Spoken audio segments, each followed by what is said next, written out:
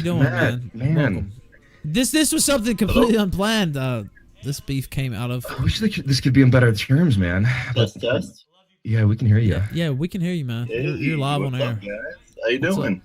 We're doing all right. We're just, rebuilding the Discord after Baked or somebody affiliated with him or fans of his decided to try to sync Mon, and so we switched to Hangouts, and yeah, that's pretty much what we're doing. Yeah, I missed all of today, and I kind of wish I hadn't. I've been busy all day, and I caught like the last hour of all this shit, and I don't know what to say, but it's all pretty crazy. I would agree with the crazy bit. I guess, I don't know if you heard what I didn't see in the chat, but James said you were in there, and he had said some things, and I guess just if you guys have anything to say to each other, I don't. Yeah, basically, Matt, why did you lie about me saying that you dox people? Why did you tweet that out? That was not true. That's what Baked Alaska told me when you called him. He said that you told him that I was doxing people and that he should probably watch out for me. No, that phone call never took place, dude.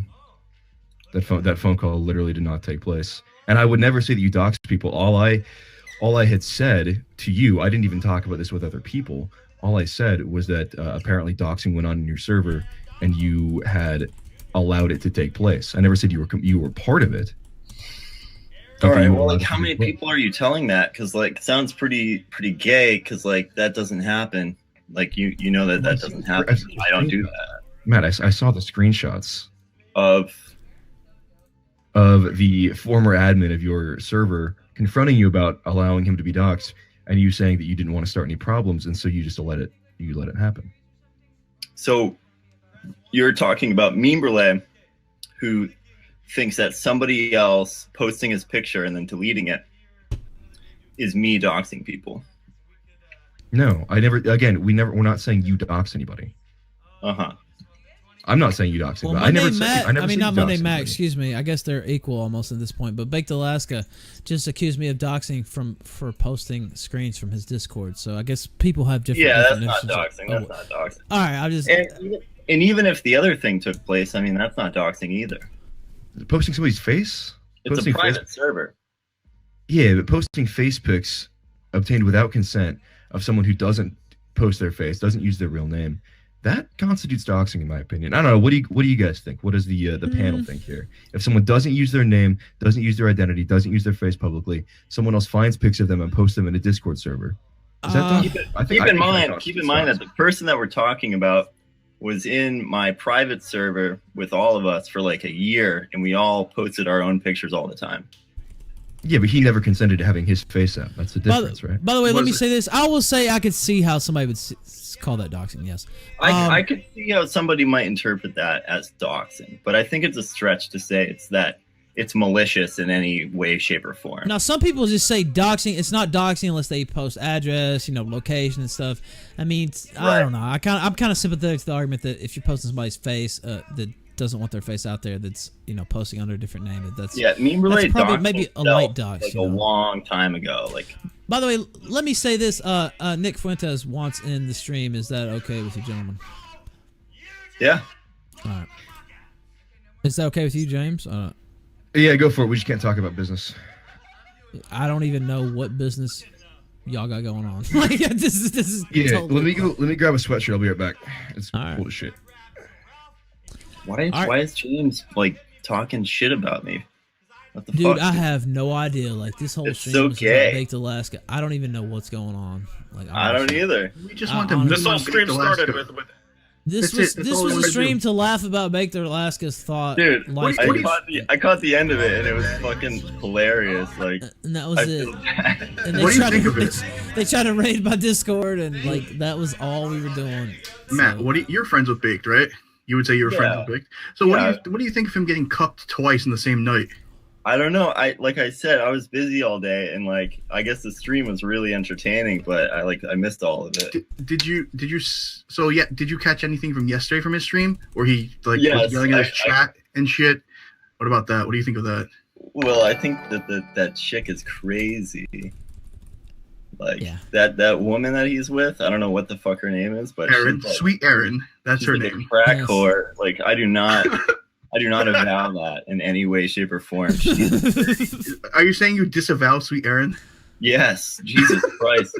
I feel like I got AIDS just from looking at her. She's creepy. By the way, I don't know if they're talking shit about us on their stream or what, but they're saying Ralph blowing the fuck out. I'm not sure. Whatever. But, I mean, we have look, they have 289 viewers. We're at 800 plus, so I'm not sure. Just gotta say, man, you should be proud. You have single-handedly derailed the Kumite, dethroned the Kumite as best journalist. No, Kumite gets like I love the Kumite. The I love the Kumite's Kumite. great. By the way, Shout out to Tonka Saw, Tonka. speaking of the Kumite, just put out the word, me versus Baked on Monday, and of course I'm in on that. I'm in on Hell that. yeah. Yeah. James, why are you like so passionately talking smack about me? Well, I was pretty taken aback by the fact you would lie about me and accuse me of saying you doxed somebody. But I'm more surprised. I was more surprised when Nick accused me of having a part in doxing his sister back in January. I don't know anything about Which that, was a but very I could see serious why you would. allegation that, of course, proved to be not true when people went back and they found that. Wait, hold on. Somebody said Been out on Bake is diss rapping me right now. Like, is this really real life? Like, I don't even. Jimmy. You can see yourself Jimmy. on your phone. You He's there? doing diss Going, raps. buddy.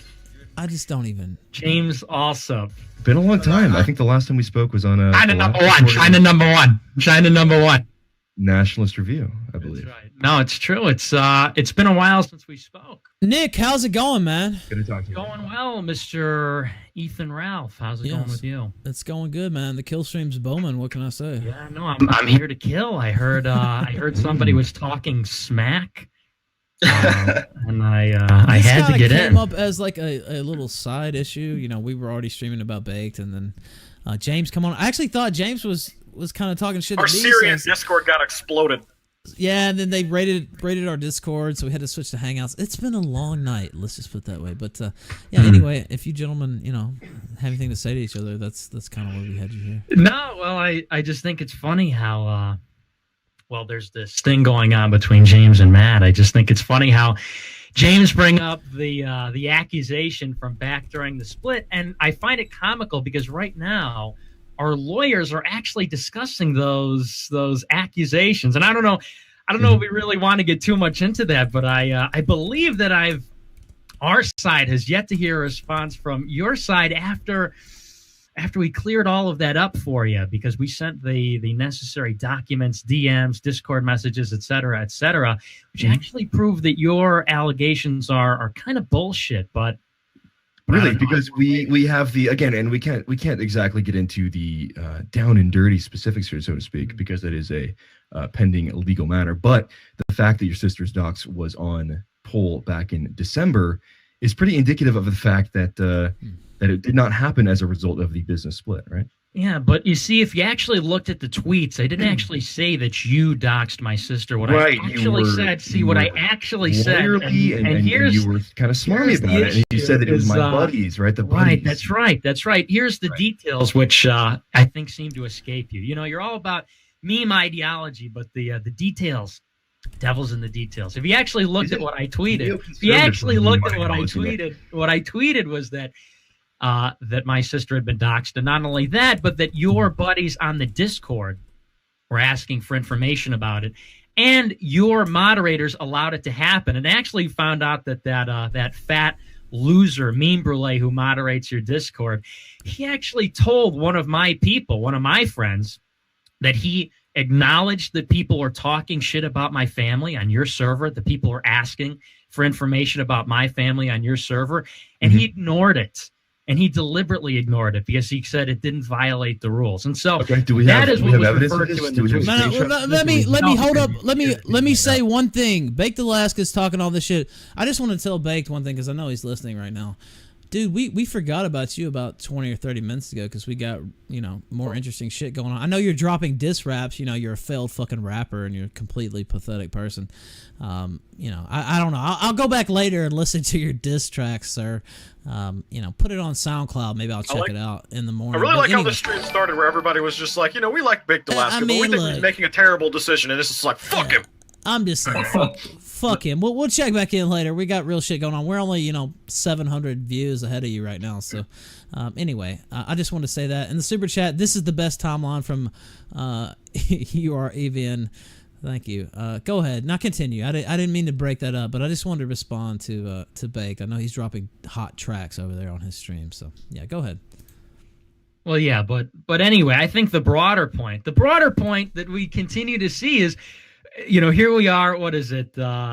3 months after the split, and we look at the two allegations on either side, and the allegation on your side was Nick is a jerk. Nick is an asshole. He called us gay. He called us fags. And hey, I admit it. I'm a jerk. I call people fags, whatever.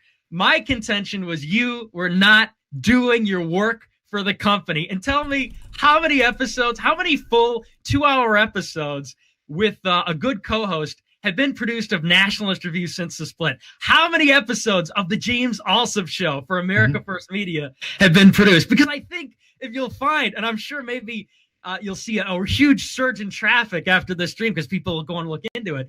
I think you'll find a lot less content has been produced for the company since my departure. But tell me why I'm wrong. Tell me why I'm wrong. Nick, you want to know how many in the last 2 weeks, how many subscribers that I've gained on my YouTube channel? On your personal YouTube channel.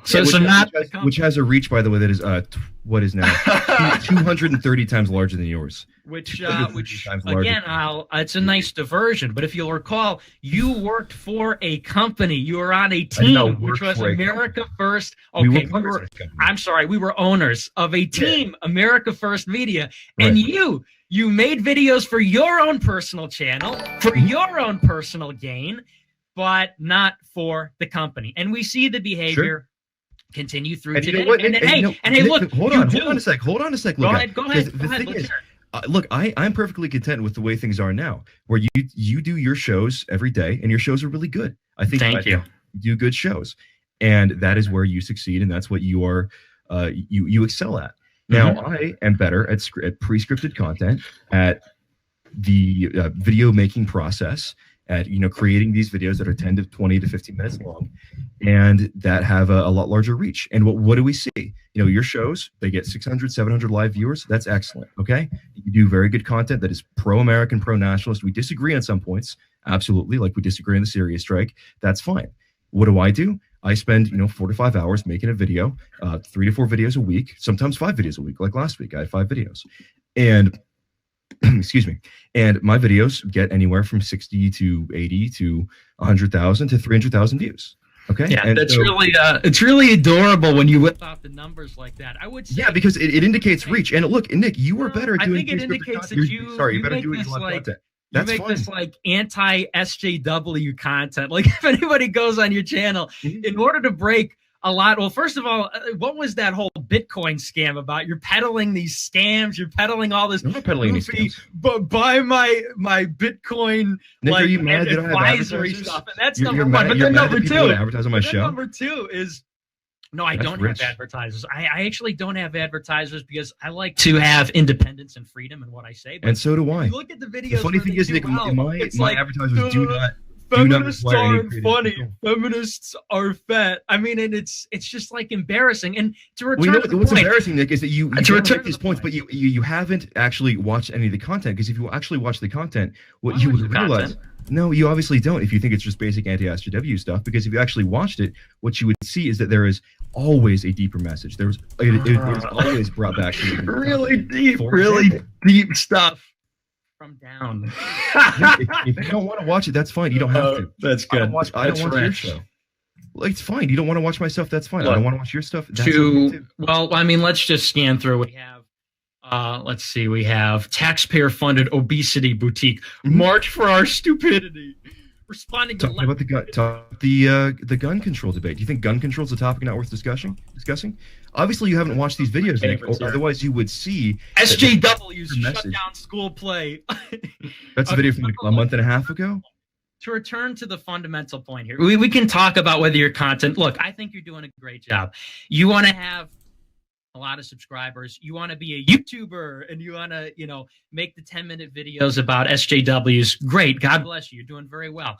But the fundamental contention that caused the company to split, from my end, my beef from the beginning, at the end of the day, had nothing to do with the computer, had nothing to do with changing the title of a video. It had to do with the fact that you simply weren't fulfilling your obligations for the company. And look, again, this is not to, yeah, you're probably better at the pre-scripted content that you do. I don't think anybody disputes this. But the point is, you made a commitment to the company by buying in, by joining up with me. And Matt, you made a commitment. I'm going to do this show on Tuesdays and Thursdays, or I'm going to do Nationals Review at this time on this day. And repeatedly, you were either late for the podcast, or you just no-showed your own show. That is rich for you to complain about that, Nick. Your own podcast, you didn't know the name of it, when it would start, until the day before. We did no promotions. And on Monday, when it was supposed to start, you were like, oh, shit, I got a late start. We'll just do it tomorrow. We'll just do it.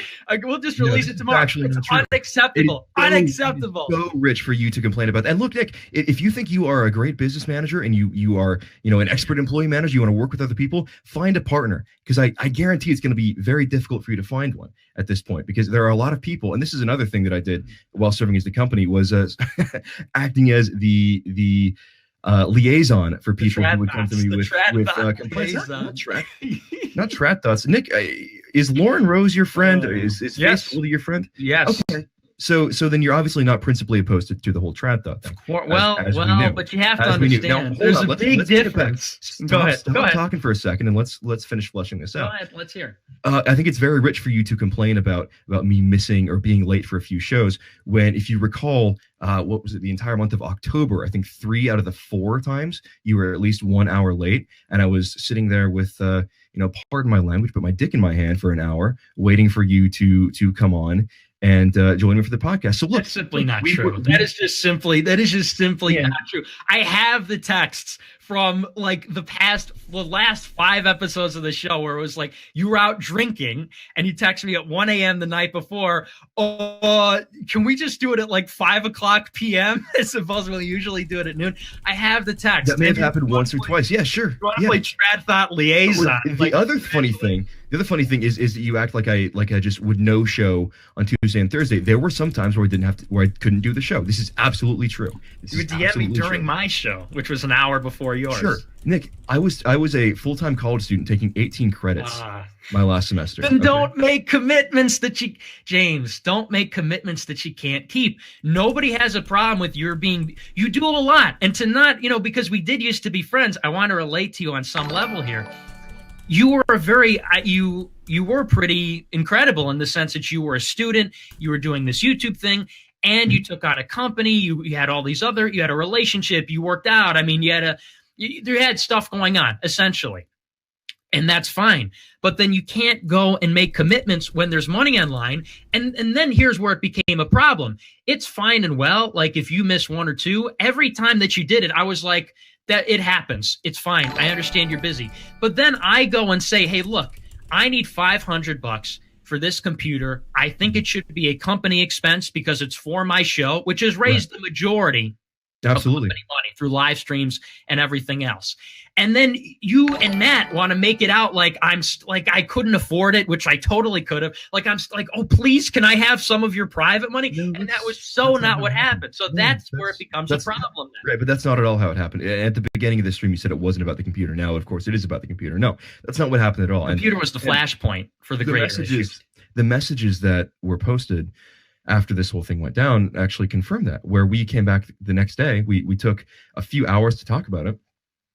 Came back the next day and said, yes, this is a worthwhile expense. And I actually helped you on PC Part Picker. We went through and built a computer that would work and built a computer that would function for streaming. So I was never opposed to it being a company expense either.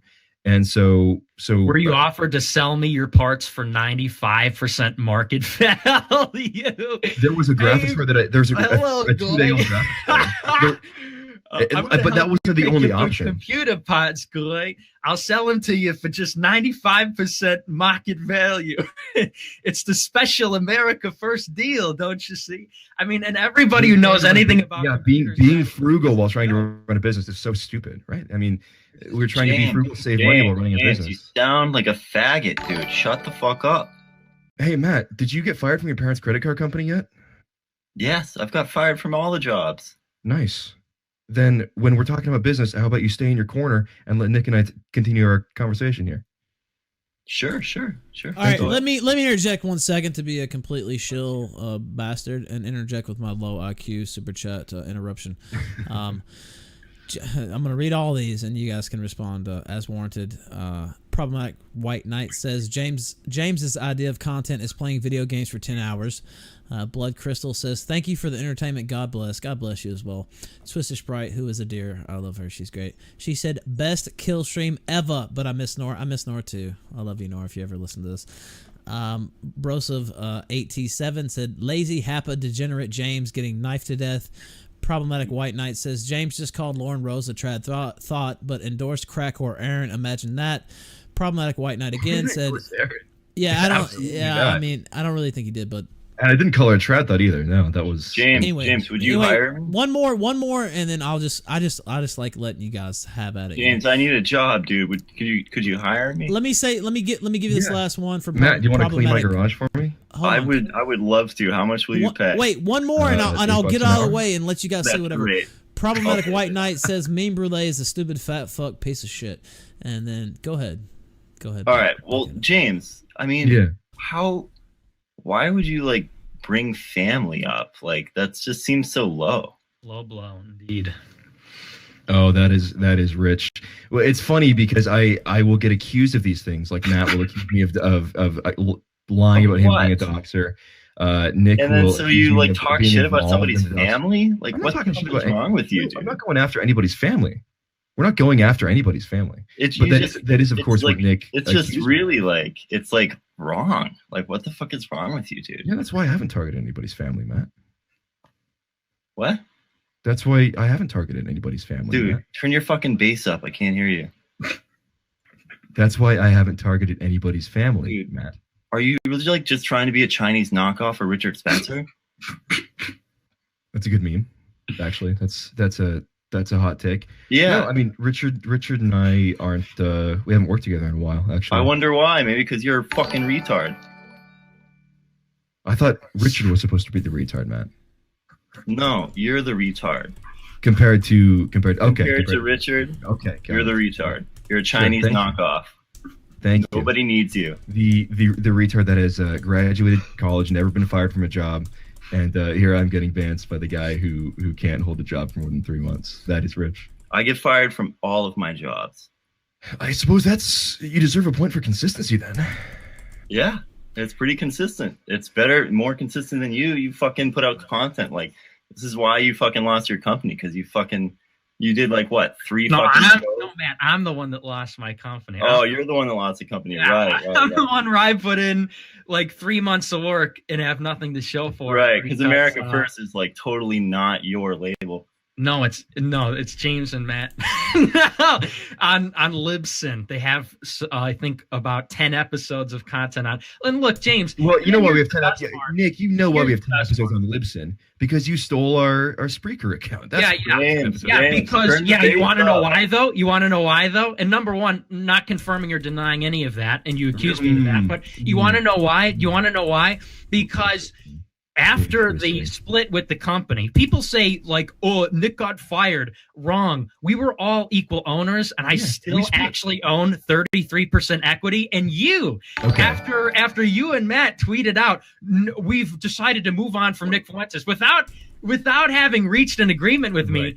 I still own the company. You shut me out from every aspect of it. I mean, de facto, you fired me, which you can't because I'm an owner. So you're in breach of contract. This is not true, Nick. And then here's the problem. We should be letting our lawyers finish this conversation. Yeah, 100%. But I mean, if you want to get into all of that, then I think it's better off if we don't. Yeah, well, we'll see. I wish you good luck, my friend. I wish you good luck. I don't know what you're planning on doing with your lawyers over there. I think it's going to end very badly for you. I would advise you to just give me what I want, and then there won't be a problem. Spoken like a child. I'm sorry. Give me what is rightfully mine. And then actually, here's even the most charming thing. One of my fans, great fan, love the guy, solid guy. He was a mutual friend of both of ours. He sent me a Christmas gift, but the P.O. box was in Washington, where you live.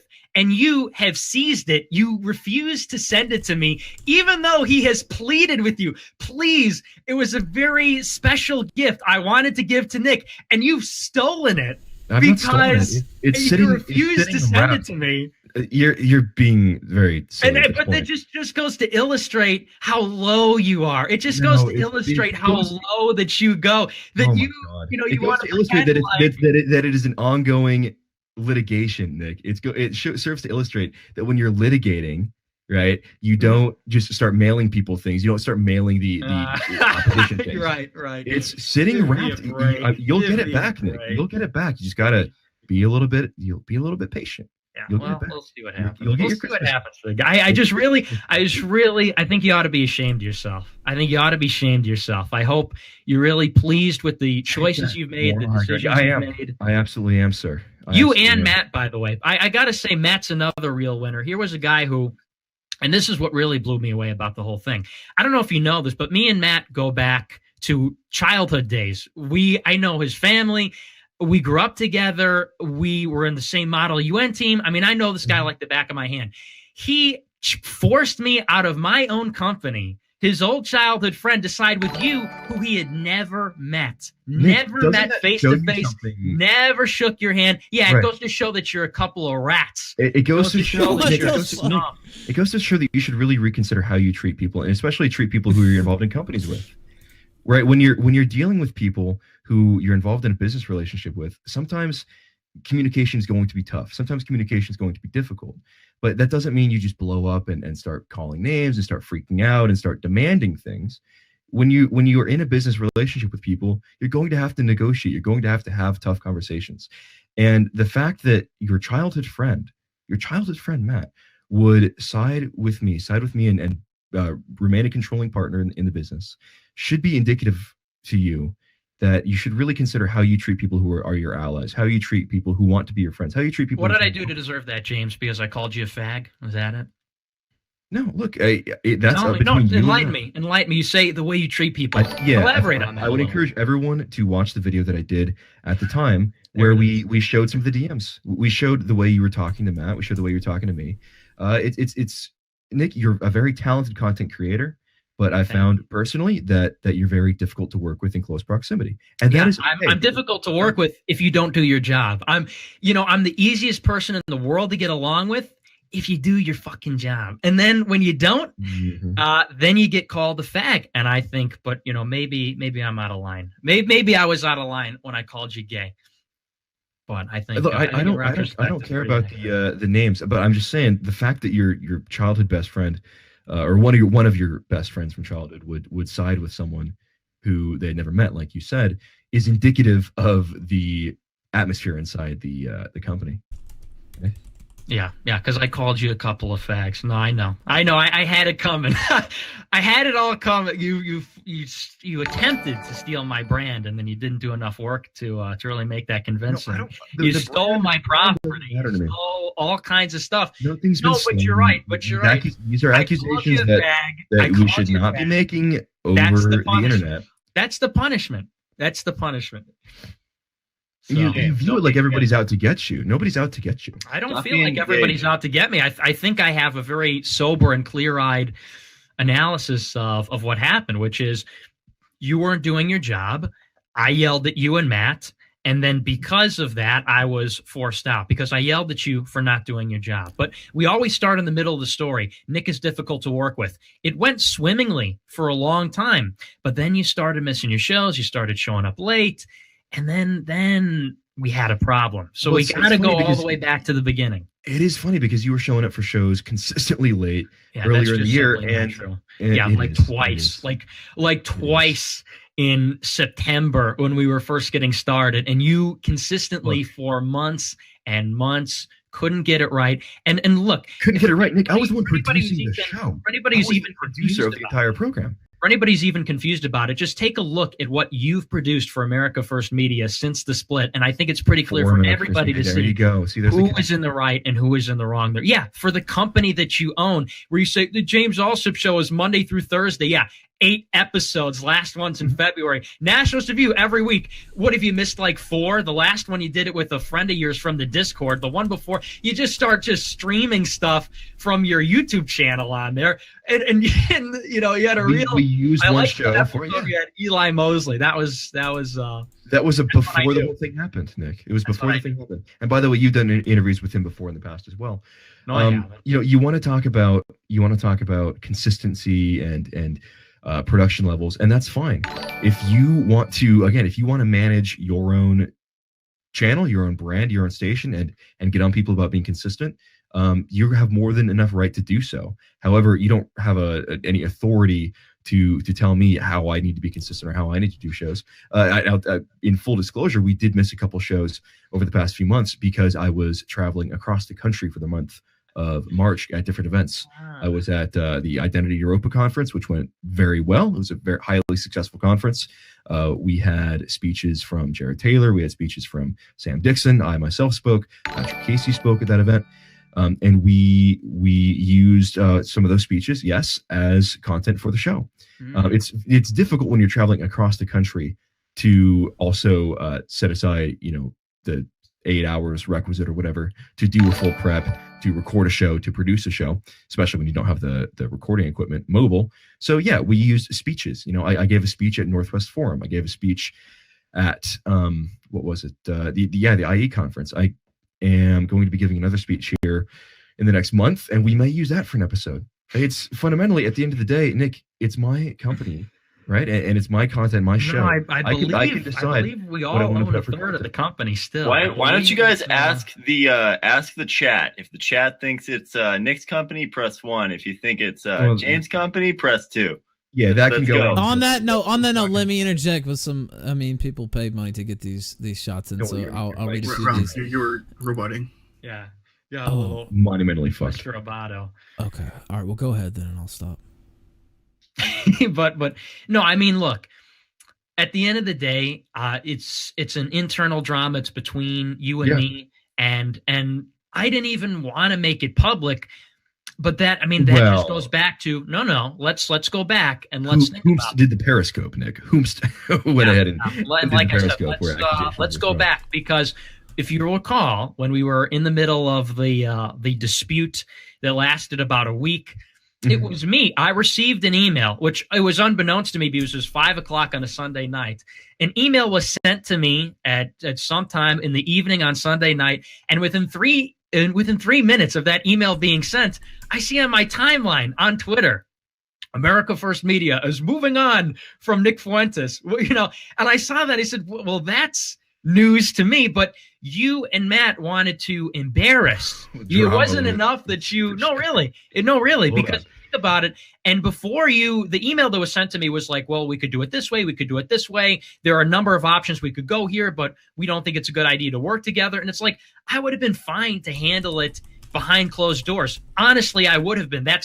We didn't talk about it. That was our policy for months, that we didn't talk about internal disputes. A few times, like in the Trad Thought thing, there was like 1 or 2 exchanges, but for the most part, we kept it behind closed doors. But you and Matt then tweeted on the company account that you had fired me when I was an owner. You can't fire me. That's not how that works. It would have been illegal for you to do that. But you make it out like, well, we've taken out the trash. We fired Nick. And I see that on my timeline, and then you cause this to become a big public feud. Of course, I have to respond in public if you tweet something like that out in public.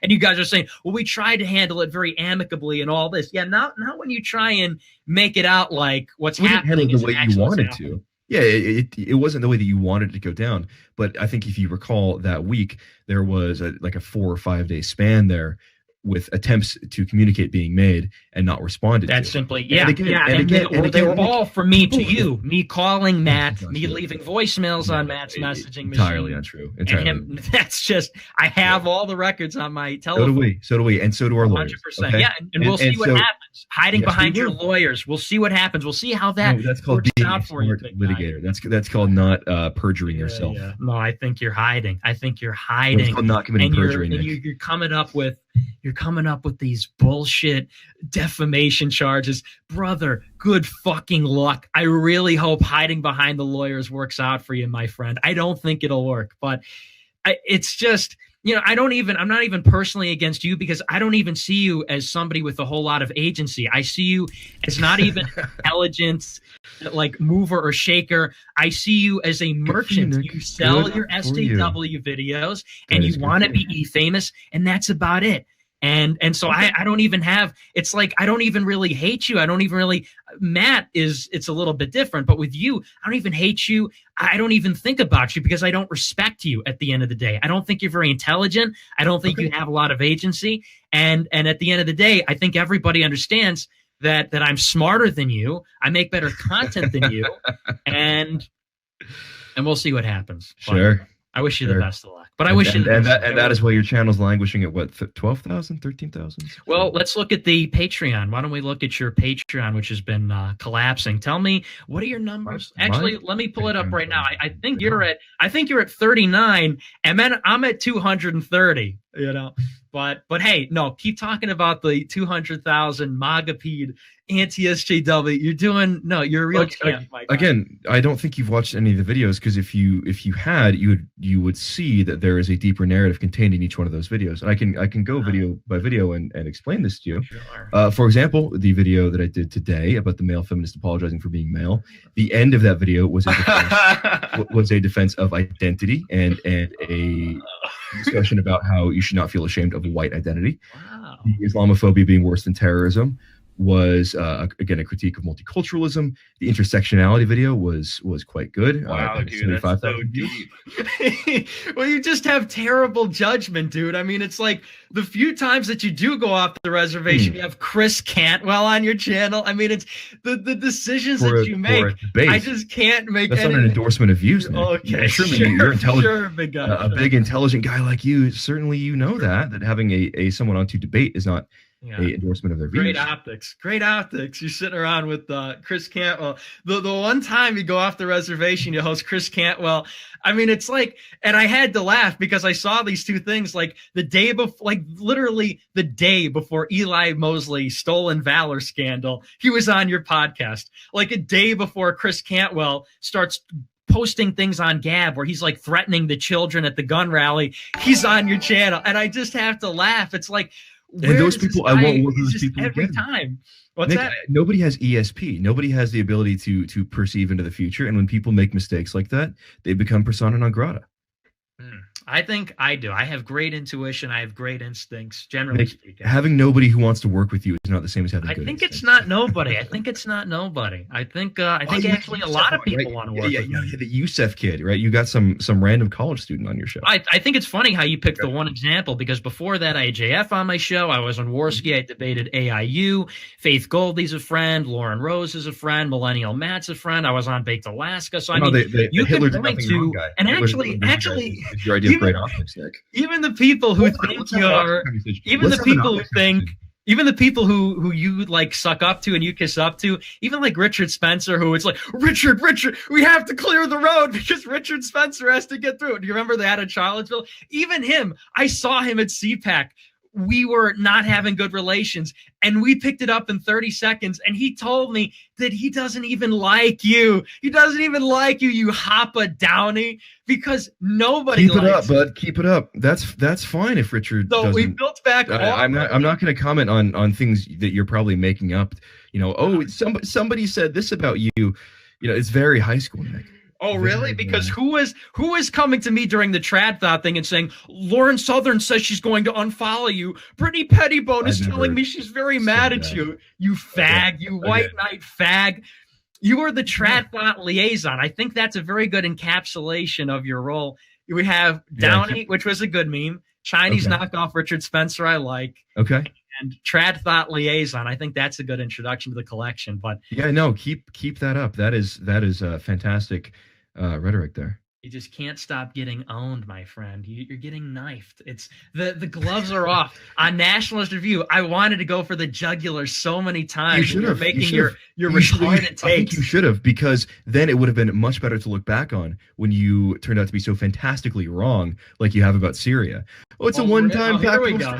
One-time MAGA. We're gonna do that now. Yeah, we are. Another diversion, really? Because I think after DACA, it's you who has to be doing the Milky's copy pasta. Tell me, did we give up DACA for the $1.6 billion in border funding, or did it turn out to be a ruse? Did we hold it to end DACA, or is it held up in the Trump courts? Controls the courts? That's news to me. I didn't know Trump had the constitutional authority to control the courts, even though he rescinded it and is not allowed to be being held up in the courts. So DACA you're a recipients aren't being constitutional deported. expert. DACA recipients aren't being deported. So once it gets cleared in the Supreme Court, once it gets cleared in the Supreme Court, no, you know it'll be cleared. We have a majority on the Supreme Court, you dummy. But let's do another bet. How about how much you want to bet? How much you want to bet that when it goes to the Supreme Court, or even if in an appeals court, the decision is that DACA is rescinded? How about we make a bet? You got to come on my channel and recite the Milky's copy pasta if the Supreme Court clears the rescinding of DACA. We're not doing any copy pastas. Okay, yeah. The point stands, and you could try to deflect like that, but the point stands that DACA is not rescinded. DACA remains in place. Illegal aliens who were brought here by their parents are not being deported. Dude, it's in limbo because of the courts, because of the district court in San Francisco. Another excuse. That's how. Do you understand how constitutional government works? They tried to get it cleared, and the Supreme Court said you have to go through the appeals court first. Trump tried. You know, he didn't succeed, but I guess here it is with the context denial that shouldn't even be possible. No, of course you're going to divert from where we were at originally, but the context denial by low IQ, by like low IQ black pillars like yourself. Do you have anything else than anything besides just ad hom? Yeah, sure. Do you want to talk about Syria? Let's talk about Syria. Okay, how about all of your... Let's talk about how attacking Syria benefits American interests in any way. Great platitudes. So let's talk about the strike, where on Friday, people are saying, no, Nick is being awfully quiet, World War III. We start out, and you and your fat friends are saying, oh, we're off the Trump train. We're burning our MAGA hats for the 5th time this month. And then it turns out, what are the details of the strike? Can anybody tell me? We bombed 3 empty buildings in Syria, 0 casualties, one-off strike. So in effect, there were no consequences, that's what was said by the Pentagon. One-off strike meaning, oh, I'm sorry, maybe in another year there'll be another one-off strike on a few more empty buildings. God only knows. But the point. And how does that benefit American interests? How do these strikes benefit American interests? Just like I was 100% correct about last year's strike on Syria, this serves to demonstrate that America is credible when they threaten rogue nations who misuse weapons of mass destruction before the summit with North Korea. Interesting. You're agreeing with the so-called intelligence, the Israeli intelligence, that said that Syria used chemical weapons. Do you have any proof Syria used chemical weapons? On my own show, I actually said that the chemical weapons were a false flag, but at the end of the day, it doesn't matter because Trump he has to use pressure to act no matter what. Because there's a big chemical attack, the neocons are pressuring him, and he actually took the least bad option. Just like last year, the whole point is to demonstrate strength to North Korea. And you could already see. Really, you want to attack him, he got pressured into it. 100%. Right? So when Trump doesn't really want to give amnesty but gets pressured by Congress and he signs off. Did he give amnesty, James? No, but when he does. No, you fucking idiot. He didn't give amnesty. Nobody attacked Syria. He broke a campaign promise to be an anti-interventionist president. Yeah. Do you know what he said during the statement when he launched the strike on 3 empty buildings in Syria after he gave the Assad government 5 days warning that the strike was coming? He said, under no circumstances will I allow an indefinite presence in Syria. He said we neither can nor will boots touch the ground in Damascus, and you would still believe the guy. Trump could whisper in your ear. Let me know what happens. Don't hold your breath. Don't hold your breath, Downey. Don't hold your breath for when there's an invasion in Syria. Just like you shouldn't have held your breath when you said he was going to give amnesty, he was going to give DACA. The fact of the matter is, when it looks bad, it's very easy for people like yourself to say, "Oh, I'm really mad. I'm bringing my MAGA hat." It's a lot more difficult to actually look look at what's going on beyond platitudes, beyond grandstanding. And hey, you're in very good company with Mike Cernovich and Alex Jones and the merchants that are getting a lot of engagement off of being really outraged about it. Yeah, the really hot takes about Donald Bush. Yeah, you're in great company with fucking alt-right media. Are you not supposed to be mad when a significant campaign promise like this is broken? Are you not supposed to? Was this promise broken? Really? Tell me, are we at war in Syria right now? Are we going to war against the Assad government? Is that what the Pentagon, the White House, or the DOD has said? Or are all those statements in support of me? To be at war, it needs to be a declaration of war. You know, we haven't declared war in decades. No. It's not about a declaration of war. It's, are we actively pursuing regime change in the region, which is still not the official policy of the administration. Targets. We're bombing their military targets. We bombed 3 empty facilities in a one-off strike, and the last one was last year. Okay, so we bombed 6 facilities now. We're blowing up airways. We blew up one last year. It was operational within 24 hours of the strike last year. You know why we only hit 3 buildings this time? It's because 70 out of the 100 missiles were shot down by Russian air defense. Yeah, well, the numbers are disputed, but all the missiles hit their targets. I don't see how that's really relevant. It wasn't Russian air defense. It was Syrian air defense, dopey. Did you say it was Russian air defense? Yeah.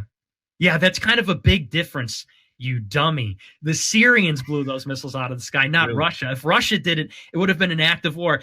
We always go back to the details. This is why you are simply not equipped to understand foreign relations, because you interpret it from the right stuff meme lens of, this sounds really cool. Based Assad, based North Korea, based Russia. Let me tell you something. Russia is a degenerate country. Do you know how many abortions they have in Russia? People who say, you're really on board with all these Russophiles. Yeah, we shouldn't be enemies with Russia, but let's not pretend like Assad, North Korea, and Russia are real winners like you like to make them out. We should be allies with Iran and Syria because they're nationalists. There's a little bit more to international politics than ideology. Sometimes it's about ports, it's about pipelines, it's about airstrips. Absolutely. But it's about protecting Christians, which Assad does well. Damascus celebrating the first Christmas in years in 2016 under Assad's control. Sure, right? Yeah, and I think that's really Assad has done a fantastic job protecting the Alawites in Syria. He's done a fantastic job fighting against ISIS, the Islamic State. We can all agree, I think, is a worse outcome in Syria than the Assad regime.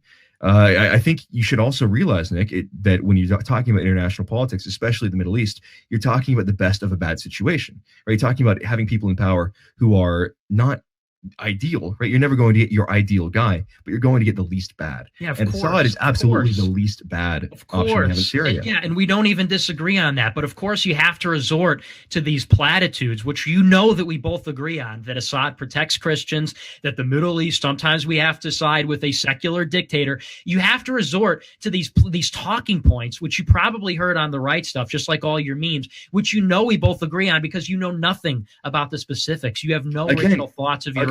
Which if you keep it up with the ad hominem, but look at the strike but it's a simple assessment of where you're coming at it from. Which if you look at any of the details from the ground, from the strike, you would understand this could not be anything but a symbolic strike. If he intended to degrade the Assad regime or to pursue regime change, he wouldn't have warned them for 5 days and then struck 3 empty buildings with 100 Tomahawk missiles. That's just to say that would have made any kind of effect. They were celebrating this morning and saying, wow, it had no effect. And actually, the effect of this strike was to rally support for the Syrians around the Assad regime. So the idea that this was a neocon war. It was 5D chess to get people to back Assad. Talk about ad hom. How long until you start talking about the axis of evil, Nick? How long until you start talking about how we need to oppose evil wherever it is? Yeah, except I've said explicitly. I've said explicitly that the deep state relies on the demonization of actors like Syria and Russia to pursue its interests. Yeah, okay. Yeah, you're real intelligent. Can you explain to me what neoconservatism is, please? Can you give me a pretty good definition? Or is that another buzzword you heard from the right stuff that you never actually bothered looking into? Because I bet my money on the latter. No, neoconservatism is the idea, and when it comes to foreign policy, that America's interests are best served by intervention in foreign countries, specifically intervention on behalf of Israel.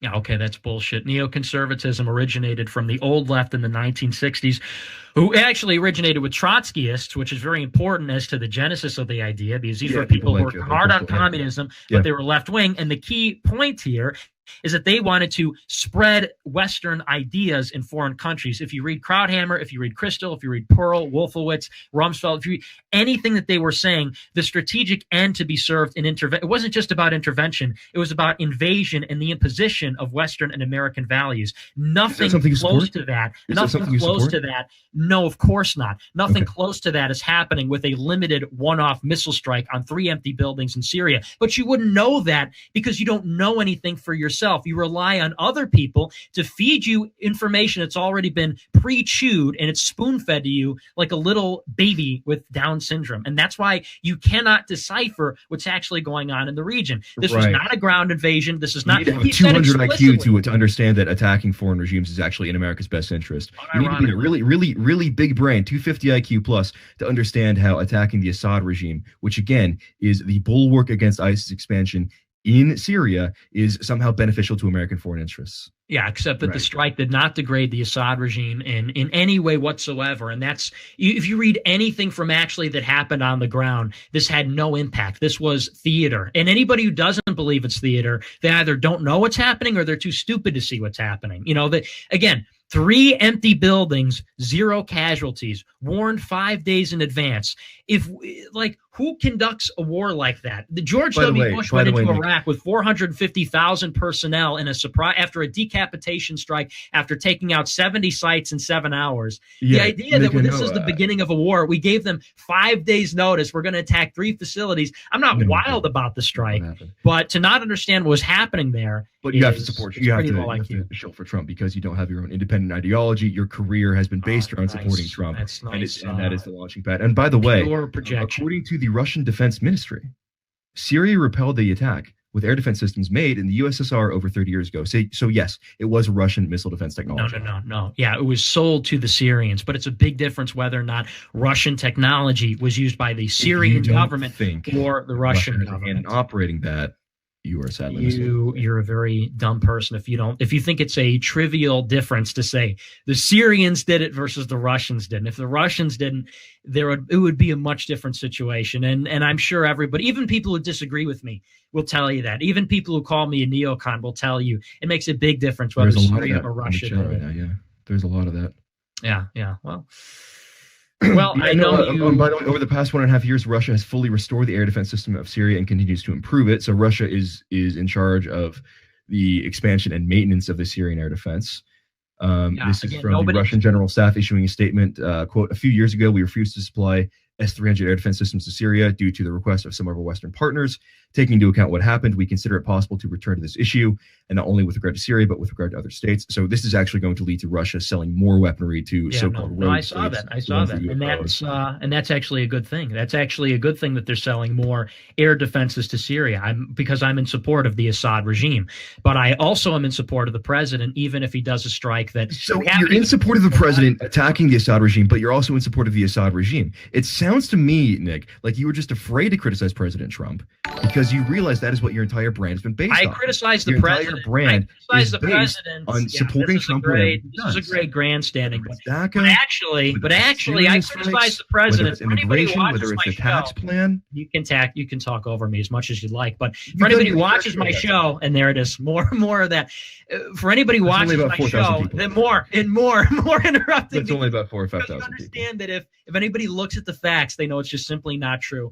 I criticize the president heavily over the omnibus spending bill. I criticized the president even on my show before I understood the details of the strike. I said, and if you watch my show from when the bombs started falling, I said, if this is a sustained attack, then I'm off the Trump train. I said, this is not looking good. But then I saw the facts, and unlike somebody who's committed to blackpilling, unlike somebody who's committed to doing this low IQ, burning your MAGA hat thing every time Trump says something I don't like, and to go back to the point, I am in favor of the Assad regime consolidating control of Syria. I am also in favor of President Trump demonstrating the credibility of a military threat before our summit with North Korea. You can be in favor of both things at the same time. If President Trump's strike was designed or intended to degrade the Assad regime's capability of waging civil war, I would be against it. If the Trump regime's official policy was regime change in Syria, I would be against it. But that is not at all what was on display over the weekend. And anybody who's familiar with the details of the attack would tell you that. But in this one dimensional world that you live in, where you just get all of your thoughts and your ideas from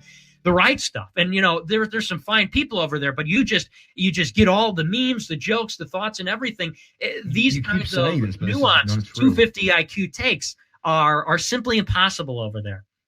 Right. Again, and you have this fascination with TRS, which I think is funny because they've been able to build a successful company, I suppose. Yeah, I'm not you're criticizing envious them. of it. I'm not criticizing them. I'm criticizing you did blame them for the split that took place a few months ago. So I didn't blame them for the split. I blamed you. Did, actually. You want to know why? You keep coming back to TRS. Do you want to know why I blamed you and not TRS? Obsession with it. What I blame, and here's why. Because I listen to TRS podcasts. You'd send them my way every now and again, and it's funny. Everything they were saying sounded so familiar. The jokes, the talking points, it sounded so familiar. And I wondered to myself, you sent them to me a few times. You sent me a few episodes of Fashion Nation and The Daily Show, and I listened to it a few times, and I said, wow, these jokes are funny. They sound so familiar. These talking points sound really familiar. Wonder where I've heard them before. And then I found out every Saturday when you reuse them on the show. And then additionally, I found out, you say, oh, you have this fixation with TRS. No, I find out that when you're not showing up to your show on time, you're not doing your show, you botch the launch of your own podcast, I find out that weekend that you're actually going to co-host for their podcast. So I find out that you're doing your own work for your own private gain. No problem there. You're now going to go work for TRS and substitute. I was never working for TRS. Or whatever. Okay, you were going to sub onto one of their shows. I was going to for a period of a few months. You said you were going to take over for a period. That is exactly what you said, for a period of a few months. It was for like 2 shows. And you couldn't even fulfill your own obligations for the company. So I said, here's a guy who copies everything from this company. He's going to go and take up new obligations for this company. You told me, and don't even lie to me. You said the week before the split, great news on Fashion Nation. Halberstram's going to be traveling, so I'm going to take over for him for a couple of months. I don't remember if it was 3 or it was 6, but you said you were going to take over for a few months. No, I did not say that. It was a few shows. It was not a few shows. You know that it was a few shows. By the way, Nick, if you, again, as a smart businessman, you would think that getting free advertising for your program would be advantageous, right? When you're in a sector with somebody, you're in the same market. Yeah, and can't sell the product. Can't sell the product. Hold on, let me finish, Nick. Let me finish. You cannot market the product on the right stuff. You're freaking out about being talked over. You're freaking out about the product. Go ahead. Chill. Go ahead. Calm down. Go ahead.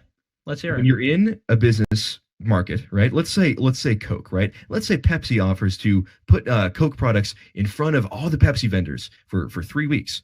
Okay, the Coke will obviously take them up on that offer because that is good free advertising. So when a show like Fashion Nation, which by the way has a circulation several times bigger than yours, and it's several times bigger than some of my videos too. They get a lot of listens. Yeah, they definitely get more. Oh, you just said you didn't listen to them though.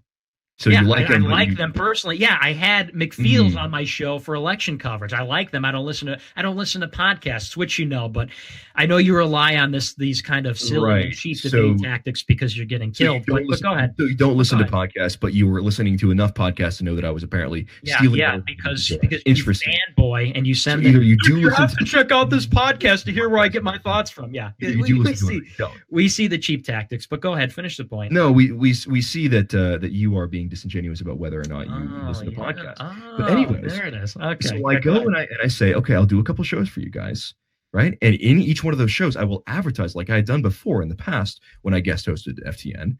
I will advertise our show. I'll advertise our company. I will be putting our product in front of tens of thousands of new people to watch and listen to it. And I don't know, maybe you're upset that I got invited and you didn't. I don't know. I don't know what's going on here. That's funny. But then you freaked out about it. And you were not. You were very, very perturbed by the fact that I would be going over and filling in. And by the way, we rescheduled the recording of that show so it would fit with our schedule. we recorded we had been recording Nationalist Review on Saturdays. We agreed to do FTN on Friday nights, so there wouldn't be a conflict. So it was all worked out. It was all going to be fine. There was going to be no conflict. But do you understand though why I was? You say, "Oh, I think you were perturbed by that." I think the broader point for why I was perturbed that you had demonstrated a record where you no-showed your own shows. You couldn't get your shit together to show up on time for the Nationalist Review podcast. You Nick, bought your excuse me for a few shows. The same number as you were late to. Excuse me. I'll let you finish. And so you botched the launch of your show. You couldn't wake up on time. So you said, well, I'll just launch it on Tuesday. And so you can't get your stuff together for the company podcast, which, by the way, I was 100% invested in. I didn't have my own. You were playing channel. Minecraft. Excuse me. You played Minecraft recorded our shows. Don't act like you were 100% invested. Excuse me. See, and this is, you rely on interrupting because when the facts come out, oh boy, that's rich. So excuse me. I was invested in the company 100%. I was invested in the company 100%. Every show I made, all the content I made was for America First Media. And as a result of that, all the money that was raised went into the company, of which I never saw a dime. I made 100 episodes for the company, never saw a dime of the money. You, on the other hand, did not make any you barely made any content for the company, and it was clear that was your last priority. Meanwhile, you were steadily making content for your own personal gain on your channel. And then you come to tell me in the midst of this dispute, I think that episode that you came on and told me that you were like an hour late. You said, oh, hey, great news. I'm going to be on Fash the Nation for a few weeks. I'm filling in for an extended period of time. And isn't that so great? And I understand. Believe me, I do. I understand the marketing angle. But here's the thing. Now it's a few weeks, right? So now it's a few weeks, not a few months. If you don't make a product, it doesn't matter what the marketing is. You can market it all you want, but if you don't make a consistent product, it doesn't matter. And the whole time, by the way, the conversations we were having behind the scenes about money was just disgraceful. The way that the whole time we were trying to devise our paywall, which I don't think you've put the paywall up. We were talking about that in January. Still don't think that's up, but maybe that's another testament to your great work ethic. But you said, we're going to put up the paywall, and you wanted to charge people $10 a month. Mm-hmm. And you wanted to just take existing content and put it behind the paywall. You wanted to take all these goofy features and be like, how can we milk our subscribers out of more money? Well, we'll throw them the mailbag and we'll do this and that. And I kept saying, how about we focus on making content first? How about we focus on making good content and then make better content for paywall members? We'll make something that's good and then we sell that. And then we figure out how to monetize it. But you the whole time, and this just goes to show your mentality on everything, which was it's marketing. We got to do the website. We got to do merch. We got to do the paywall. But you never cared about content. Content is king. And here we go. This is actually very good. I agree with some of what you're saying here. When you're in a business partnership, people focus on different things, right? When you're in a business partnership, people can focus on their strengths, which can then allow the business as a whole, as a collective, to prosper. That's what doing business in a partnership is. So yeah, I was the one who was doing everything on the website. I was you changed the banner. You changed the fucking banner for the website. No, I set up how all the pages worked. I actually hired the writers. I brought in the writing team to write articles for the website. I was doing all that stuff. I was the one who coordinated all the merchandise. We had like 3 articles before the split, but yeah, no, that was big. No, the merchandise was really a grand fucking slam. I have to say, you take credit for the merchandise. Take credit for the merchandise. And I have to say, when you ordered the made in China mugs for America First Media, I knew you were a winner. When I got my box full of 5 mugs and they were completely destroyed because you didn't put in any fucking packing material, I said, this is the mark of a confident and a neuronormative person. This is the mark of somebody whose brain is functioning. You put 5, James, you put 5 mugs in a big box with no packing material. And that's not true. That's not true. There was packing. Yeah, you wrapped them in bubble wrap, but they were loose. They were moving around. Okay, look, and I made a mistake. And packing paper. But the things you take credit for were all terrible. The merch. We had a couple incidents with we had a less in China. Oh my god! With the website, had less than 1% failure rate on the merch. Okay, we had a less than 1% breakage rate on the merch for all the orders we shipped out that I hand packed, hand shipped. We had a less than 1% rate of issue with that. And I'll admit, there was an issue with that package I sent you. Yeah. But I think we only had one other person out of the there's more than orders or so really that had an issue with that. I got a lot of emails. I was the one who went. No, you didn't. No, you didn't. Because Matt was believe me, I did. That's not true. 100%. Okay, so I would. Yeah. Again, if that's true, then provide evidence, because we were coordinating that through Matt. Matt and I were taking care of that. But I was the one who went and set up the merchandise account. I forget which client we used for that, who was buying all the boxes. I was going to Walmart buying the boxes in bulk, and we were doing the packing in my living room, actually, of the house, packing out all the merch, shipping it out, doing all the printing. Yeah, the labels and everything. And that's a significant time commitment. But I was willing to make that sacrifice for the good of the company. All that money was going back to the company. Sacrifice. It's a time what do you call it? What do you call it when I was doing 18 credit hours in school, coming home, doing a show, the excuses, then making a video. I don't want to hear about the credit hours. I don't want to hear sacrifice. about the excuses. No. It's not a sacrifice. It's called doing your job. That you would even reference doing your job as a sacrifice is a joke. You want to know what sacrifice? I did my show. Oh, here you go. Your 1 hour a day was the big sacrifice. No, look. I did my show every day on time. And by the way, I did it every day and on context time. Now, Nick. Again, you want to talk about context now. And for no money. And I still have no money. Yeah, I didn't make a dime from that.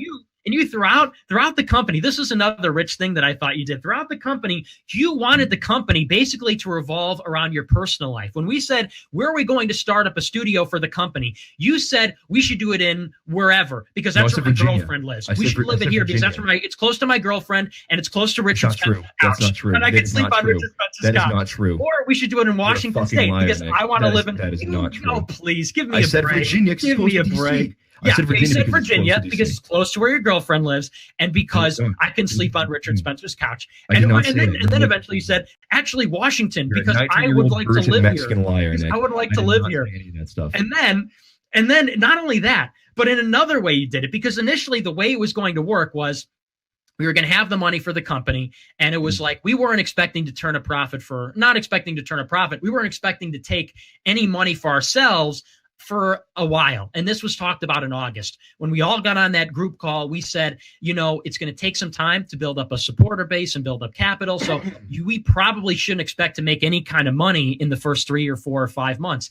And you, throughout the fall, kept saying, like, can we make it so that, like, we do get salary? Can we make it so that we do get to take a little bit every month? Because, like, I got to pay rent. So can we restructure the way the payments work for when you don't live in a basement, you got to pay bills, Nick. When you don't live in a basement, you got to pay bills. Yeah. Point being, throughout the company, you basically expected it to revolve around you. We're going to start when you wake up. We're going to work the schedule around your travel schedule and your credit hours. We're going to move the studio where you want to live. We're going to structure the financial system based on that you need to pay rent. Like, fucking figure it out, dude. Do you realize that I don't live in Virginia? I live in Washington State, which is like the furthest state away from Virginia. Tell me that you didn't want to move to Virginia because it was closer to a girlfriend. Can you tell me that, or do I have the?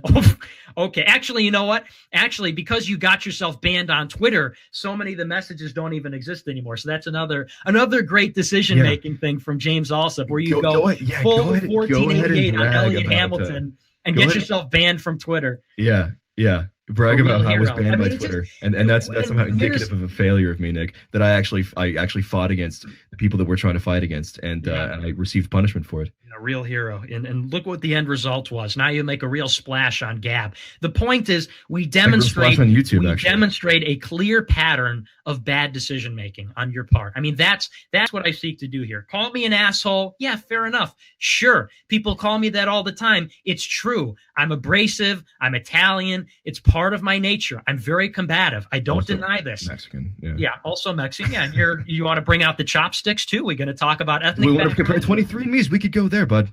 Sure, let's do it. Hoppa Downey. But anyway, the you're point 79 being, and I'm like 86. Like, we don't need to get into that, but whiter than you, Muhammad. And anyway, we can break down that we have a clear pattern of just bad decisions, whether you want the company to revolve around you, you don't show up on time, you don't do your show, and even afterwards, you just fuck around and you don't produce any content for the company. The James Allsup show podcast page is drier than like whatever. It's very, there's no content being produced YouTube, there. Bud. You know what's not dry? Yeah, the which is not for 21K, 32K, 74K, 24K, 114K, 71K. Yeah, no, the SJW business is a booming, but for your company, getting a week, Nick. Yeah, but for your company, which you signed up for, which you said, I am going to commit to this, you did not. I'm glad. I'm happy for you that you're having success becoming an anti-SJW YouTuber like Paul Joseph Watson.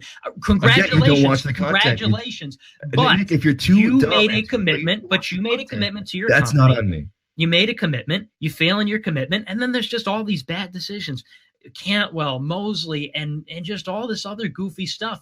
And it's a travesty. So, and you can have your opinion, Nick, but my 235,000 subscribers can have theirs, and the 57,000 people in a day who watch my videos can my new video today.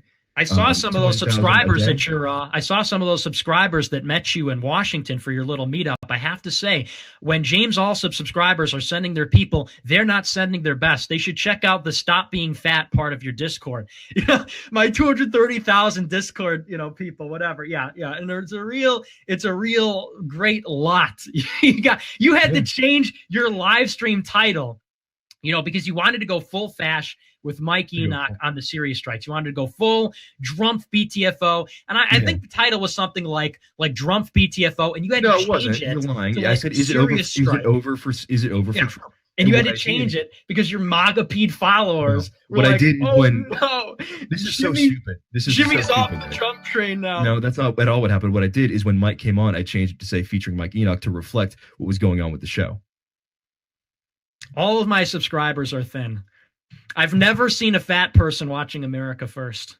I've never seen a person who didn't look like a prison camp survivor starring in your show, Nick.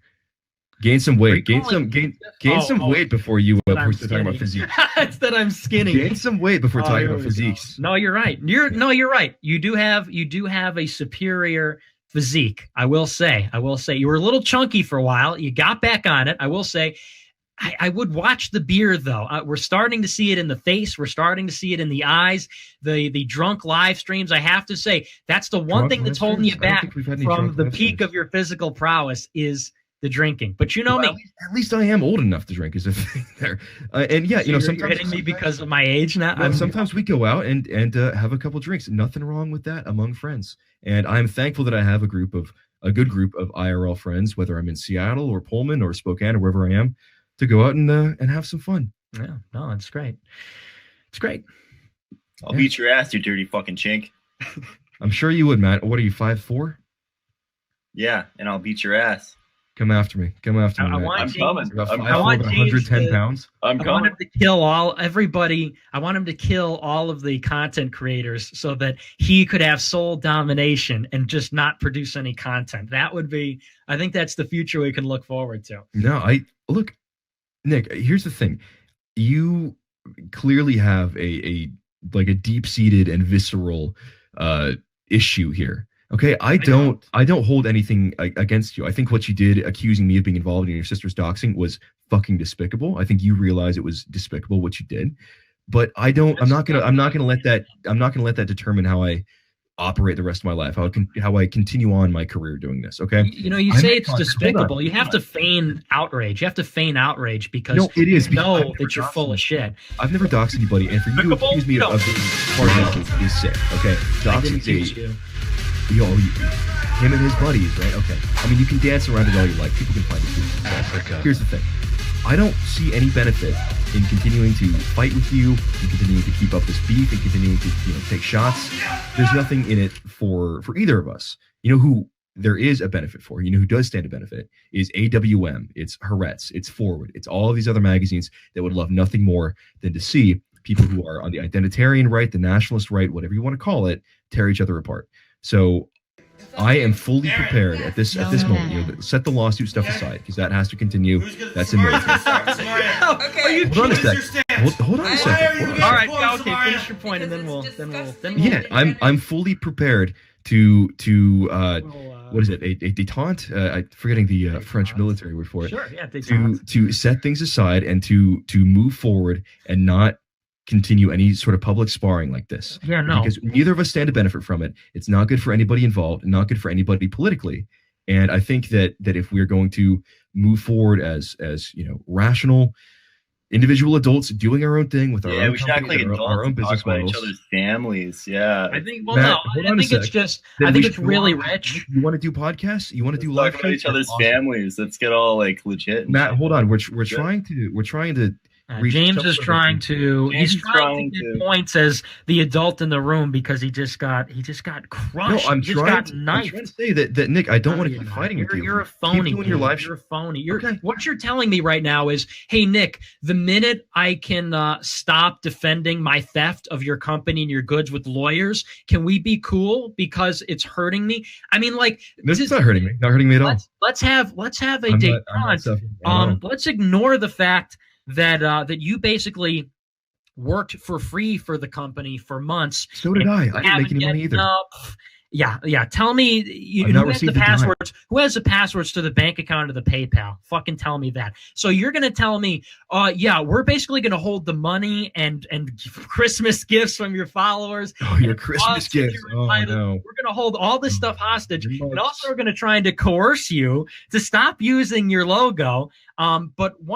But outside of that, we have to put this aside. You could put it aside tomorrow. You could put and here's the best thing. You want to say, I'm the adult in the room. This is hurting the movement. Put your money where your mouth is and make good on the deal you made to buy out my equity in January. Until you do that, you're full of shit. I never made that deal. You're inventing a deal that I never. Oh yeah, I'm sorry. Matt did. Matt, the controlling, you two together, the controlling stake in the company. Yeah, you made that deal. So you can stand there and say, I'm the adult in the room. I just want to do what's best for the movement. Yeah. Then give me what's rightfully mine. What you offer. Give me. Yeah. Give me the money that I raised for my show for the company I thought I was a part of until I was forced out. Yeah. I know I'm really asking a lot there. I raised $5,000 and you're going to give me some paltry buyout. At least give me what I'm entitled to, which is the Christmas gift one of my followers sent me, which you're hoarding in your house with, I'm sure, a bunch of booze bottles. And say, I'm the adult in the room. I want to put it aside for the good of the movement. Put your money where your mouth is. You know you could end it this week. You know you could end it literally tomorrow if you made good on the deal that you made in January. Again, I'm sorry. That's not a deal that I made. I'm sorry. Again, the deal, Nick, you keep inventing a deal that I made. The deal that Matt made on your and his behalf. Are you happy? Is that better? No offer was made on my behalf, Nick. You're inventing an offer that was never made. And look, you want to keep it up. An offer that was never made? Yeah. Let me open. Do you want to do this? Do you want to? Okay. Yeah. See, an offer I never made. How quickly we flip flop when we. Because that's the actual truth. You're accusing me of making an offer. I've been found out, says James. Also, you're accusing me of making an offer that I never made. So I think okay. To be a little less disingenuous there. Matt made the offer on behalf of. I know he takes care of the business things. I know he's like your caretaker. And he changes your diapers and he makes sure that when you're drooling, who brings you the tendies in your basement, Nick? Who brings you the tendies in the basement that you live in? Actually, living with your parents is very trad. You know what's not trad? Sleeping with dozens of women and then counter signaling people who want to save themselves until marriage. I mean, you want to say, I'm trad. I patrol thoughts. I believe in traditional living, and you're and it's no secret either that you're the biggest fucking degenerate. One of them in the movements, and it's hilarious. And on the Discord, you were on the Discord the night of the split. You're like, Nick is a virgin, and it's like you almost forgot that you run a traditionalist, nationalist, right-wing media company. And then you're like, never mind. It's actually I'm not a hedonistic sexual degenerate. I was just making a joke. Nationalism, yeah. That's what we're doing. Incel Castizo nationalism. I'm the Chad virgin. Hanging out with mom and dad, and you're out there. That's excellent. There being a degenerate, and I'm out there. Oh man, yes. It's true, but it's true. Think of it. Laugh it up. But having a job, being a college graduate, owning you have a job property. Since when? Yeah, this is my job, Nick.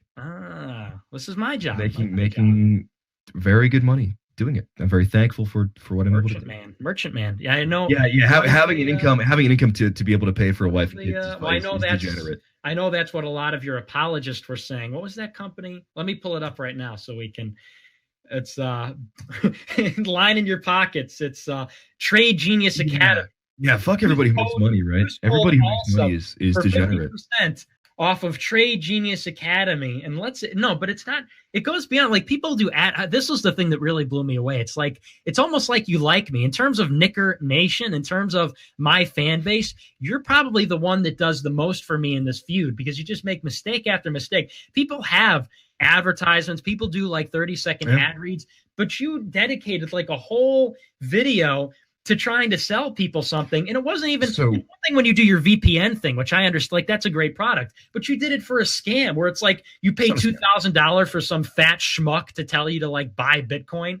Yeah, I think you buy this $2,000 package using the code Allsup to get 4 hours of personal one-on-one coaching with that real winner. What's his name? Yeah, with people who make a lot of money trading cryptocurrency, Nick. I mean, look. So let's again take stock at what you're mad at me for. You're mad at me for living on my own. You're mad at me for being a college graduate. You're mad at me for having had sex with in your words, dozens of women, and you're mad at me for having sponsors for my content. I'm not mad at you, James. I think you're a hypocrite. I don't know what to say.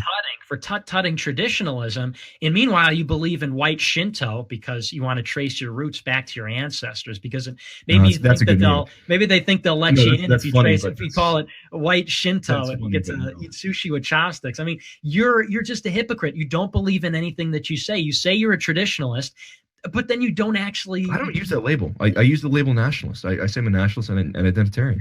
And can I just interject here? Nick, I will fully admit that yes, I've had sex with dozens of beautiful women, and I'm not going to apologize for it. Beautiful, James. I kind of just want to bring up the fact that like memeing on each other, that's one thing, but like what you brought up, where you said that, like, my mom found out about like me going to just Charlottesville and how she disavowed me and how my family hates me or whatever, like whatever it is you said, like, why would you like drag, any of this shit like down to that level?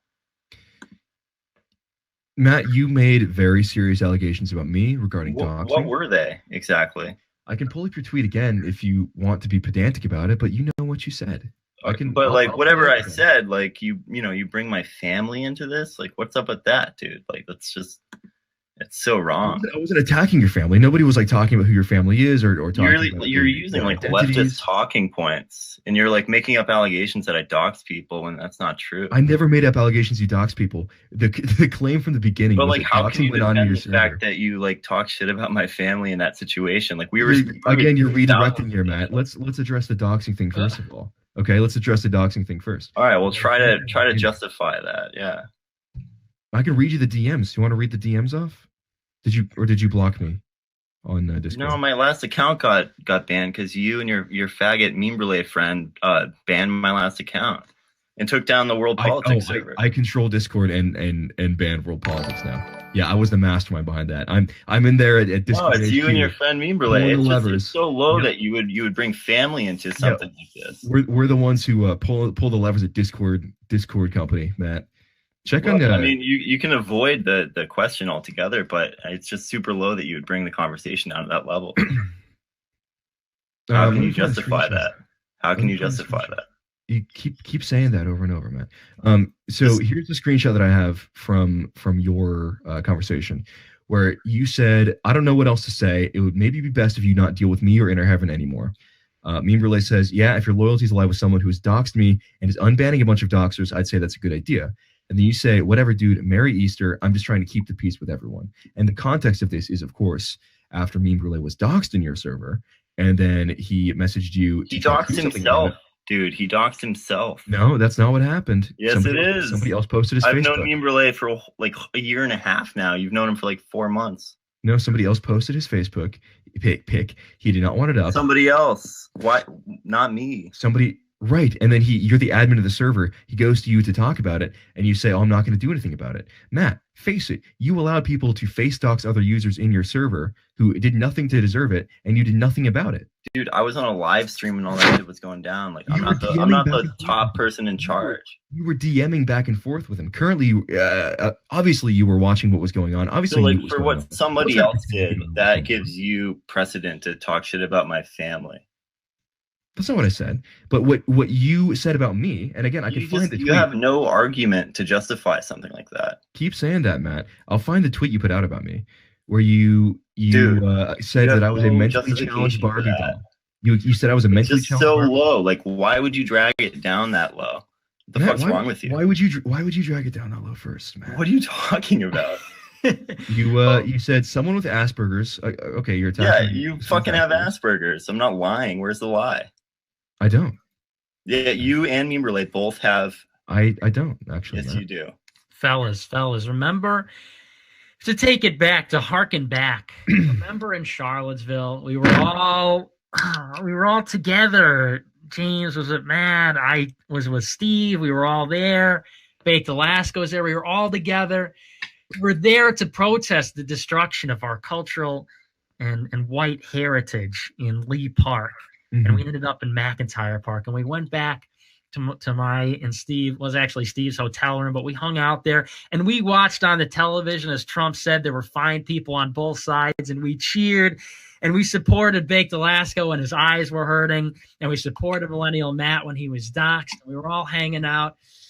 And I think what we see is Millennial Matt and I have fought. Like, we fought during the Trad Thought thing. We fought on, what was it? The Weekly Sweat. We fought on my show, and it got pretty intense. Yeah. But then we said, you know what? We're homies. We're friends at the end of the day. And look, me and you, James, we fought in January, and I never anticipated that it would have turned into you and Matt trying to force me out, like, because I didn't take a phone call. I think at the end of the day, we have to acknowledge that, like, I think there is fault to be laid at the feet of everybody involved. We can disagree as to, well, you did it more. You're the real culprit. You're in the wrong. I was a jerk.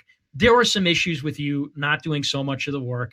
You know, Matt, I don't know what's going on between you and Matt, but in the incidents in January, in response to this beef over something which was, in retrospect, retarded, was minuscule. You changed the title on a video, big deal, or whatever, the computer conversation, whatever. But that you would take it and then say, okay, well, now we're going to turn it into, you're out of the company, and we're going to publicly announce it before anything is resolved, and it's going to turn into this contentious thing. Or with Matt, where you have beef, and you're going to turn it into, oh, yeah, well, Matt, did you get fired from your mom's credit card company, and fucking you can't hold the job? Like, there's just no reason it ever has to go there. I've banned Spencer, Enoch, like all kinds of people very hard, even Red Elephants. I said some real nasty things about Red Elephants. And at the end of the day, he said, you know what? This is stupid. We should just be friends. And we're done. Spencer, I encountered him in Alexandria, Virginia, like literally on the street. And he said some terrible, nasty things to me. I accused him of something pretty nasty. And we were like, this is goofy. For the good of the movement, let's move on from this. Enoch DM'd me. He's like, yeah, it's better if we work together. I agree. But you, in two of these cases, you had to make it like, we can't just fix this. You're out of the company. Fuck you. And now we're going to take that shit. That is not an lawyers involved. And with Matt, you said something about me. Fuck you. You got fired from your mom's credit card company. I don't know if it's this karate. Is this kamikaze behavior? Is this Karate Kid behavior? I don't know what it is. Karate Kid throw ninja stars at us. You want to hit us with katanas. I don't know what it is, but it's something. Yeah, Nick, I better watch out, man. If I come over to Chicago, you're liable to carve my heart out and it's true. And present it to that's true. Present it to the sun gods and roll your head down a pyramid. It's true. James, I will beat your ass. Matt, I would love to see you try. In fact, I think we should do that on live. I would pop you like a pimple. Matt, let's do it. Let's do it. All right. Well, no karate, Mr. China. Let's do it. Let's do a gang fight. It'll be me, Millennial Matt, and who else? Who else is on team Nick and Faith Goldie? No, I don't want to make her choose. I think she likes both. And it'll be James and Millennial Woes. We have Spencer on our side. He's tall. By the way, how does my audio sound right now? Is it? You still... sound good. You sound silky smooth, okay. Ralph. What kind of mic is that, Ralph? That is a Rode. Turn your bass up, man. Turn your bass up so you can sound like James. NT1A. Yeah, that's exactly what it is. Yeah. Ooh, going not dynamic. What is that? Is that a condenser? That's a condenser. Condenser, yes, I believe so. I've been told, and I tried to turn it on for a second. Apparently, Baked Alaska is being destroyed by Mr. Medicare live on his own stream right now. We can just end it here. I don't need the last word. Nick, you can get the last word, and I am looking forward to whatever. Let me. How about this? Let me go full Jew here and read some super chats real quick, and then you guys can respond to that, Perfect. and then Perfect. we'll watch Bait get destroyed. Let's see. Let me see where I left off. James, big guy, rethink this. Toad McKinley says Ralph is a white Negro but nice stream. Vedger said, James, you can recover, but bust out the awkwardly appropriated TRS memes. Problematic White Knight said, be patient, Nick. The things that belong to you that I took will eventually come to you. Vedger said, Downs nationalism now. Henlo Friend said, Nick, James, and Matt could do great things together for the movement. Just make up already. Shit happens. God Soldiers said, this is big gay. Bearded Truth said, what do you faggots actually disagree on? Drama Alert, who is Keemstar, said, I will judge. Ray Palmer said, Nick blocked me on Twitter last night for calling his show Israel First. I'm writing an article on his downward spiral on Hunter Wallace's website. Problematic White Knight. Hey, look, I'm just reading them. I doesn't, whatever. I know. Problematic White Knight said, come on, Nick, personal attacks are lame. That's why James goes after people's families. Sinatra says lawyer with the echo parentheses. Vedger says this is what an addiction to black pills looks like. Down Forward Punch says neocons and neoliberals have destroyed the Middle East and created ISIS as a result of our intervention. We need to get out ASAP. Drama Alert again said Nick was doing well, but now he's wrong. Wardedly said ban circumcision. Squall 13 said Nick knifing people is fine if the opponent is combative, but if it's a civil discussion, he just looks like an immature faggot. Wardedly again said press F for Boogie, may he rest in peace. By the way, we heard Boogie died. Boogie 298. Yeah, he's dead, man. Rest in peace, Boogie. We're gonna do the memorial stream on Monday night. Is he really? No. No, he's gone, guys. Don't joke about it. Sorry, Buggy. Hey man, nice shot said, who orders 5 of the same mug? Midran Emery said, Jesus fucking Christ, can these two just make the fuck up already? It's so cringy when exes fight in public about their relationship. And then Problematic White Knight said, going after me equals I can go after your family. James Allsup 2018. So that's in the super chats. I'll let you guys get in, whatever you want to say to finish off. Yeah, no, I'm anxious to get to the Baked versus Jim versus Aaron thing. So I think we pretty much each laid out where we stand on this. Who just dropped out? Okay, the important people are still here, the essential people. Yes. Excuse me. No, I think we've each said our piece. And Nick, I would, wish you all the best going forward with your content. I think you're on an upward trajectory with your viewership numbers, and if I recall, so that's obviously great. Keep doing what you're doing. Keep killing it in blood sports debates. I think you have a great track record in the debates with Halsey. I think was great. I think the AIU, from what I saw, was fantastic, and keep it up. I think you're a valuable asset. We may disagree with some things from time to time, and that's all part of being two, I think, hot-headed political commentators. So, I wish you the best going forward. Keep doing your show, and I'm going to keep doing my show. I'm going to keep doing my National Street podcast. We're taping tomorrow. It'll be out should be out on Sunday afternoon, and I will have some more videos coming out this week. I'm beginning a new series of videos that I'm looking forward to this next coming week. So let's just all keep doing what we're best at. Keep on our strengths and keep making good content, because that is, as you said, Nick, content is key, right? Content is king. Content is king. Absolutely. Well, no, and James, and yes, go ahead. Briefly, this has been very cathartic. We needed something like this. I think. Yeah. I think it would have been helpful if we had it out like this in January. I do not hate you. I'm not sitting here thinking like, oh, this guy. I think we have a lot more in common than we have not in common. And look, I think if we look at what's happening with the lawyers, once that is settled, and it is really, at the end of the day, I do not want to fight you. I never wanted it to get ugly like this. I don't have a bone. You say I have a visceral feeling. I really don't have a bone to pick with you. I see what you're doing these days, and I watched your speech at Identity Europa. It was a good speech, okay? But the problem is we have to rectify those details. When it comes down to business and that kind of thing, and all of that, the ball is in your court with that. And I would say I am open to a detente. We probably wouldn't work together. We probably wouldn't have a company together. But it doesn't have to be like this. And the ball's in your court on that. So I agree on everything you just said. This has been, I think, a productive, ironically, it got ugly. We're throwing shit around, but it's been productive, and we can still move in a positive direction, but it's up to you. Well, hey, tell you what, next time there's an election or something going on and there's a live stream, maybe we could work something out. I know you did the stream with Jazz Hands for the Pennsylvania special election. I know we had previously done the stream with Jazz for the Roy Moore thing. I don't know. We'll see. I got a little bit more technology here in the OBS, and I think it's all about combining talents, combining assets. We'll work something out, man. We'll do something in the future. I'm sure. It'd be big ratings. It'd be big ratings, but it would. But we have to get the business sorted out. The ball's in it. If that's not sorted out, we can't collaborate in the future. Only because that has to be made right. I think there's an acknowledgement on both sides. It has to be made right. Okay? And that's I don't think that's necessarily like a as principled an objection. I think that really comes down to logistics and how that ends up looking. So sure. Cool, man. Good to talk to you. Before both of you guys leave, I have a question for you. How pissed off do you think your lawyers are right now? Not happy. Not happy.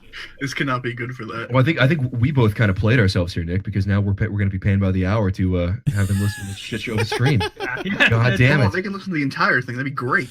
Yes, add more views. They'll always be good. It'll still be up. Unless Baked sends his goons to have it taken down like he tried to do the Discord. But yeah, thank you guys for coming on. We just kind of stumbled into this completely, but yeah, I appreciate it. It's been great. All right, guys, you have a good evening.